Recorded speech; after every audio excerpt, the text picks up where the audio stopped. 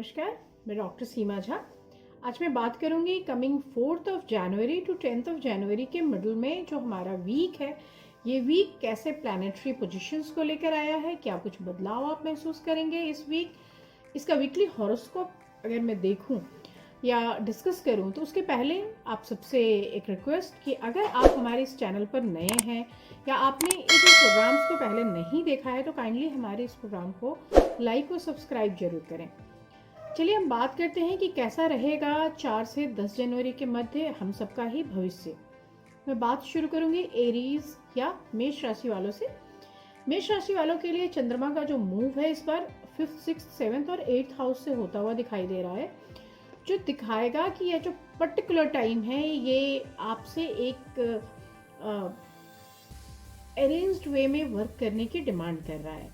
सो आप इस हफ्ते बहुत अपने आप को रिव्यू करें, प्लान करें और फिर कार्य की शुरुआत करें। इसके लिए आपको जो हेल्प की नीड होगी, इस हेल्प की नीड में आपको समझ में आएगा कि who the real people are your friends and किसके साथ आपको ये गलत फहमी है। आपको अगर आप व्यवसाय में हैं तो आपको पैसे के लेन देन में थोड़ी सी ध्यान रखनी होगी। जो वुमन है मेष राशि की, उनको अपने परिवार के लोगों के सेहत पे ध्यान देने की जरूरत होगी। और जो प्रेम प्रसंग है, क्योंकि 7th हाउस से भी चंद्रमा गोचर कर रहा है, तो उसमें हरीड बिहेवियर लेकर ना आए। ऑल्दो कि हम सब जानते हैं कि मेष राशि वालों के लिए यह साल बहुत अच्छे भाव से शुरू हुआ है क्योंकि मंगल उनके 1st हाउस में प्लेस्ड है, तो इसलिए this is very favourable time for you. लेकिन थोड़ी सी सावधानी बनाए रखने की जरूरत होगी। आपके लिए इस हफ्ते फेवरेबल कलर होगा white and the number is 9। हम बात करते हैं अपनी दूसरी राशि यानी वृष राशि की। वृष राशि के जातकों के लिए यह जो वीक है ये उनके फ्रेंड्स या उनके शुभचिंतकों से उनको बहुत मदद मिलेगी। चंद्रमा का गोचर हम देख पा रहे हैं कि इस हफ्ते चौथे, 5वें, 6ठे और 7वें घर से होता हुआ हमें दिखाई दे रहा है। ये दिखाता है कि आपके कार्य क्षेत्र में जो बड़े लोग होंगे आपसे एज वाइज, पोजीशन वाइज, उनकी आपको बहुत मदद मिलेगी। आपको इस हफ्ते कह सकते हैं कि जो दुनियावी चीज़ें हैं यानी इकोनॉमी से रिलेटेड, आपके स्टेटस से रिलेटेड, आपके काम से रिलेटेड, उन सब चीज़ों में आपको एक अच्छा ग्रोथ मिलेगा। साथ ही आप कह सकते हैं कि अगर आप प्रेम में हैं या आप अपने वैवाहिक जीवन में भी पार्टनर के साथ समय बिताने का मौका मिलेगा। आपके लिए जो फेवरेबल कलर है that is cream colour you can say and number is 6। हम बात करते हैं अपनी तीसरी राशि या मिथुन राशि की। मिथुन राशि के लिए इस बार जो चंद्रमा का गोचर है वो तीसरे, चौथे, 5वें और 6ठे घर से होता हुआ दिखाई दे रहा है। साथ ही हम जान रहे हैं कि इस बार 5 जनवरी को बुध का गोचर हुआ है और 7 जनवरी को शुक्र का गोचर होने वाला है। इससे भी आपकी सभी लोगों की राशियों पर एक फर्क आ रहा है। तो मिथुन राशि के जातक इस हफ्ते अपने किसी संकल्प के द्वारा या आप सोचने से आप अंदर अपने एक स्ट्रेंथनिंग ले आए अपने विचारों में, और आपके सोचने से आपको अपनी किसी बड़े प्रोजेक्ट में सफलता मिलेगी। ये बहुत रेयर होता है कि आप चीज़ों के लिए रुकते हैं, और जब रुक रहे हैं तो ये काम आपका होगा। इस पर्टिकुलर टाइम में आपको जो लोग एडवर्टीजमेंट से, पब्लिकेशन से या फाइनेंशियल मैनेजमेंट से जुड़े हैं वैसे लोगों के लिए भी टारगेट ओरिएंटेड वर्क के हो जाने का समय है। आपके लिए इस हफ्ते फेवरेबल कलर है green and the number is 2। हम बात करते हैं अपनी चौथी राशि यानी कर्क राशि की। कर्क राशि वालों के लिए हमने देखा है कि मंगल उनके 10वें भाव में आ चुका है गोचर के बाद, और गुरु और शनि की स्थिति 7वें घर में बनी हुई है। चंद्रमा के गोचर से यह दिखता है कि इस वीक आपको अपनी पर्सनालिटी को बचाए रखने की जरूरत है। मतलब आप कुछ ऐसे काम ना करें जिससे आपकी प्रतिष्ठा दांव पर लगे। आप कुछ ऐसा ना बोलें। आप सोच समझकर बोलेंगे और कदम उठाएंगे तो आपके ऊपर किसी भी तरह का आक्षेप नहीं लगेगा, आप उससे बचे रहेंगे। व्यापारियों के कारोबार में सुधार होगा, और जो बेरोजगार हैं या जिनके पास बहुत समय से कोई काम नहीं है उनके लिए नए ऑफर्स आएंगे। इसमें आपको अपने लाइफ पार्टनर के हेल्थ का थोड़ा सा ध्यान देना होगा, क्योंकि वहाँ शनि की दृष्टि पड़ रही है। शनि के होने से थोड़ा सा आपको वहाँ प्रॉब्लम दिख रहा है। आपके लिए इस हफ्ते शुभ अंक होगा 7 and the colour is blue. हम बात करते हैं अपनी पांचवी राशि यानी सिंह राशि के लोगों की। सिंह राशि के लोगों के लिए जो चंद्रमा का गोचर है वो इस बार पहले, दूसरे, तीसरे और चौथे घर से होता हुआ दिखाई दे रहा है। तो ये दिखाता है कि आपके मन में एक थोड़ा सा कन्फ्लिक्ट आएगा, बट आपकी जो पर्सनालिटी है वो उन चीज़ों के अब जाकर सोच पाने में सक्षम है। आप निवेश करते वक्त इस हफ्ते सावधान रहें। नौकरी पेशा लोगों के लिए कार्य क्षेत्रों में थोड़ी सी प्रॉब्लमेटिक सीन है, बट धन संबंधी जो आगम है वो बेहद अच्छा है।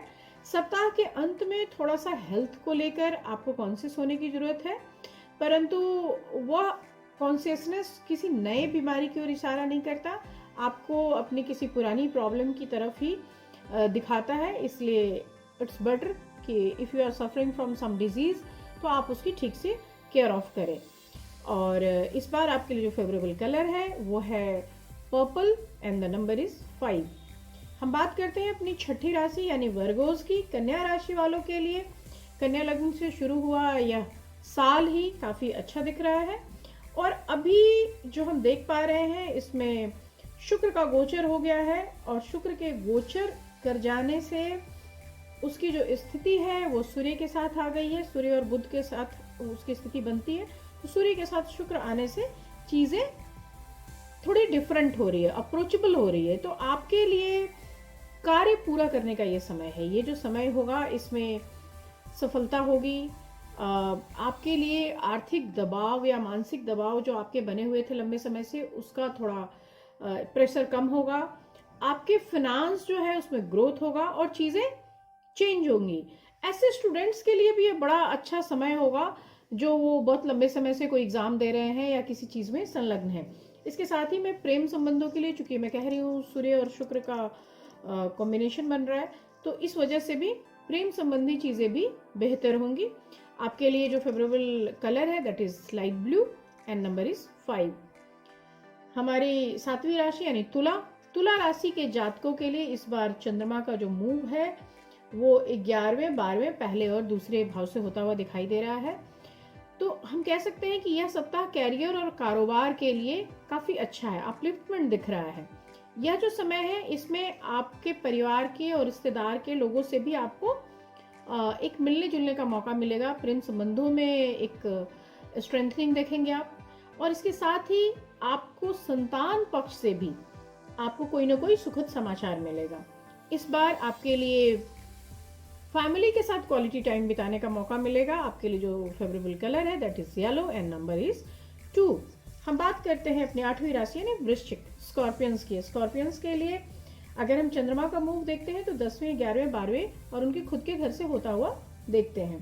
10वें घर से होकर जैसे ही चंद्रमा गोचर लेगा, आपकी नौकरी के कार्यों में, आप जहाँ भी प्रोफेशनली इन्वॉल्व हैं वहाँ पर आपको ज़्यादा पहचान मिलेगी। आप कह सकते हैं कि एक खुशी, व्यवसायिक खुशी आपको मिल रही है। साथ ही पारिवारिक समस्याओं और विचारों में भी आपको एक सकारात्मक तरीके से ग्रोथ मिलेगा। कार्य क्षेत्र में लोग आपके कार्य का लोहा मानने लगेंगे, आपको वेटेज मिलेगी, और यह समय ना सिर्फ सर्विस क्लास के लोगों के लिए बल्कि बिजनेसमैन के लिए भी काफ़ी अच्छा है। उन्हें भी नए प्रोजेक्ट्स पे काम करने के लिए, नई योजनाओं के लिए एक अच्छा पर्टिकुलर टाइम मैं ये बता पा रही हूँ। विद्यार्थियों के लिए भी यह समय काफ़ी अच्छा बना रहेगा। प्रेम प्रसंगों के लिए, क्योंकि शुक्र की स्थिति इनके लिए भी काफ़ी फेवरेबल बनी हुई है, तो प्रेम प्रसंगों के लिए भी यह समय बेहद अच्छा होगा। आपके लिए जो फेवरेबल कलर है that is pink and number is 6। हम बात कर रहे हैं अपनी नवी राशि धनु राशि की। धनु राशि के लिए चंद्रमा का गोचर जो इस बार है वो हम देख पा रहे हैं कि 9वें, 10वें, 11वें और 12वें भाव से होता हुआ दिखाई दे रहा है। 9वां भाव यानी भाग्य का समय। तो भाग्य के लिए एक अच्छा मौका, एक अच्छी स्थिति, भाग्य आगे बढ़ेगा। लेकिन ये जो पर्टिकुलर टाइम है, इस पर्टिकुलर टाइम में आप थोड़ा आलस्य भी महसूस करेंगे अपने अंदर। साथ ही थोड़ा सा कफिंग भी एक पर्टिकुलर टाइम में इस वीक में आपके आ रहा है। तो आपको पैसे वाइज आर्थिक समस्याओं से थोड़ा थोड़ा छुटकारा मिलेगा, लेकिन आपको अपना आलस्य भी छोड़ना होगा, थोड़ा एक्टिवनेस की ओर अपने आप को पुश करना होगा, और आप आपको नए सहयोगी मिल रहे हैं, तो आपको अपना ग्रुप भी देखना है, आपको अपना दायरा भी देखना है जिसको आपको बढ़ाना है। और आपके जो प्रेम संबंध है, जो जीवन में प्रेम है, जो दाम्पत्य का सुख है, वह भी एक बेहतरीन स्थिति में नजर आ रहा है। इस बार आपके लिए जो फेवरेबल कलर है that is yellow I can say the colour of lemon is yellow and the number is 4। हम बात करते हैं अपनी 10वीं राशि यानी मकर राशि की। मकर राशि वालों की अगर मैं बात करूं तो हम सब जानते हैं कि इस बार बृहस्पति और शनि का कॉम्बिनेशन है मकर राशि में, उनके फर्स्ट हाउस में बने हुए हैं। साथ ही हम देख पा रहे हैं कि मंगल का जो गोचर है वो उनके सेकंड हाउस में हो रखा है, तो वो भी उनके पैतृक संपत्ति संबंधी चीजों के लिए काफी अच्छा है। जो चंद्रमा का गोचर है वो हम देख पा रहे हैं कि अभी इस बार छठे, सातवें, आठवें और 9वें भाव से होता हुआ दिखाई दे रहा है। तो सॉरी, जो चंद्रमा का गोचर है वो 8वें, 9वें, 10वें और 11वें भाव से होता हुआ दिखाई दे रहा है। सॉरी, तो यहाँ पर हम देख रहे हैं कि मकर राशि के जातकों को इस हफ्ते अपनी वाणी पे, जैसे ही हमने कहा कि 8वें भाव से गोचर होगा, तो मेंटली आप थोड़ा सा अनस्टेबल फील करेंगे, थोड़ा आपके अंदर एक क्रोध, एक चिंता, एक मेंटल स्ट्रेस फील होगा। तो आपको अपने वाणी पर नियंत्रण रखने की जरूरत होगी, यानी बने बनाए काम बिगड़ेंगे आपके।